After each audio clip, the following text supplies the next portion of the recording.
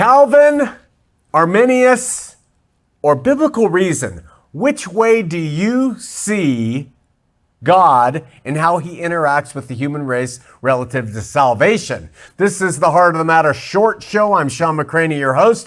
When it comes to the salvation of humankind and the purposes of God in redeeming human beings, there is essentially three ways as Christians that we can see him.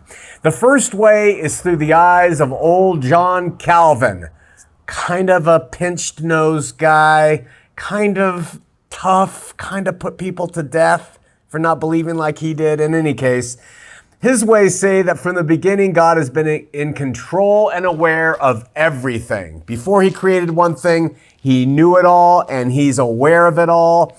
And that includes the salvation of human beings. And he created the human race. Let's just use this symbol as the human race, fully aware of what was going to happen with them, because he said in his controlling mind, I will save a few people, relatively speaking, some people from this group over the ages, and I am going to not save the rest. And they are going to burn in literal hell, flaming fire forever. The Calvinists say that this is a good God. Why do they say he's good? Because he decided to save some. He would be justified to not save any at all, they say, but because he saves some, elects to save some, he's a good God. Okay? So he knew from the beginning what he was going to do. He could destroy all of us because we all deserve it, but because he's a good God, he saves some, and that's how they see it. Of course, Calvinists, people who believe that they are one of the ones that God has decided to save. So of course he's a good God in their eyes. The second way Christians see salvation of humankind and the purposes of God is almost worse, really, when you think about it. It comes from the mind of Joseph Arminius, and his way says that in the beginning, God, before he created anything, he too knew everything, start to finish, including the fact that most human beings, all human beings actually, were going to fail, and most human beings were not of their own free will, which he gave them, were not going to choose him. Okay? And so, because he gave them free will, but knowing that they wouldn't save him, that they wouldn't seek him, he gave them free will, so he essentially created a destined group for eternal punishment. And what's worse of the whole idea is that he can't do anything about it. So where the Calvinist God is all powerful and that he can at least save some, the Arminius God, in the face of him giving humans free will, his hands are tied. So he created this whole thing knowing that most of the human race, because of their errant free will, were not going to choose them, and most of them are going to go to a literal burning hell. And the unfortunate thing is he's powerless to do anything about it.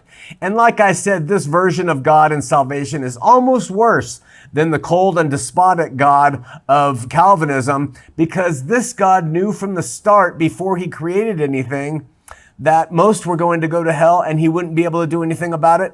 And he created them anyway, right? So I see God and his purposes differently. And the view I'm going to present to you is just as viable biblically as Calvinist view and Arminius view. In fact, more so in my estimation. And I suggest that from the beginning, God, like Calvinists and like Arminius, God knew everything. He knew the beginning from the end.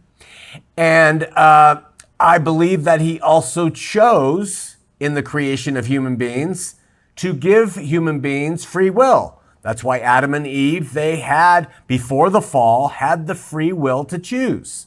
Satan didn't have control of them. God said, choose, eat of this tree or don't. So free will was given to human beings from the get-go by this good God. And he knew full well the result of this whole deal, of what would happen beginning to end, giving these creations of his free will. And I suggest that even though he knew what would happen, God, being good and just and merciful, He didn't just leave us and abandon us, and he didn't decide to save some, and he wasn't inept and he couldn't save any. What he did is he loved us so much that he gave us his only begotten Son, who saved the whole world that he had in his mind that he was going to create beginning to end. There is no end, but begin from the start. All right. And that Jesus saved us from all the deleterious effects that would come in with the fall and with Satan and with genetics and everything else that we've talked about, right? He saved us from sin and from death and from hell and from Satan. That is what God did. This powerful God, through his Son, for the world, he said, I am going to take care of all the negative stuff. Boom, done. Hell cast into the lake of fire, Satan gone, and God has reconciled the world to himself. So in terms of anger and punishment and alienation from God, it's all been taken care of by him. See, I don't understand why in the Calvinist view, God decides only to save some. Why wouldn't he decide to save all? And in the Arminius view, he's powerless to do anything because the human will of the free will of human beings overrides his power, right? But in this view, God says, wow, I knew there would be a mess with these guys. From the foundation of the world, I'll send my Son. He will take care of all these negative things that cause human beings to be all jacked up relative to me. But then God does something else relative to free will. He says, I am going to call to all people. They have their free will. And there's going to be some who seek, and they're going to seek me and want me. There's something on their heart that says, accept what I'm offering, you see. The other ones don't, of their own free will, want truth. They don't want him. They don't seek. They don't care. But he's taken care of all the negative stuff for everybody. So they're not in trouble. He knew that most would not receive him, but he took care of the wrath that would have abided upon them in and through the sacrifice of his Son. And what he does now is he says, for all those many of their own free will who don't want me, they will die and they will have a place. It's not going to be a place relative to me. It won't be next to me. It's going to be not accessible to me because that's not what they want.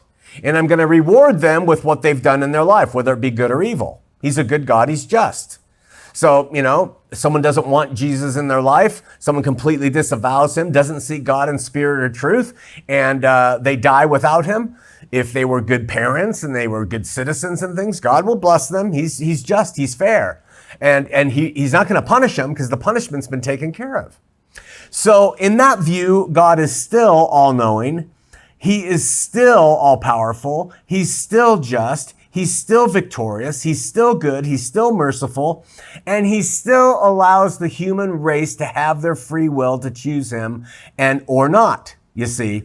But what God does is that there are those, perhaps it's you, that have said, I do seek him. I do want him from my own free will. I don't want to spend my life here like it's live today, like there's no tomorrow, eat, drink, and be merry. I want to believe there's another place where I can have relationship with him there and here. And so what those do is they call out to God and they receive his Son by faith. In one way or another, the Spirit moves into them by and through Jesus Christ, and they are born from above. These begin to produce fruits that will last and will be in the treasuries of heaven. And when they die, God will not only reward them, but he will bring them into his presence. That is what the picture Scripture gives us. That's a good God. That's a reasonable, loving, just, fair, merciful God that I know. Who do you follow? Who do you serve?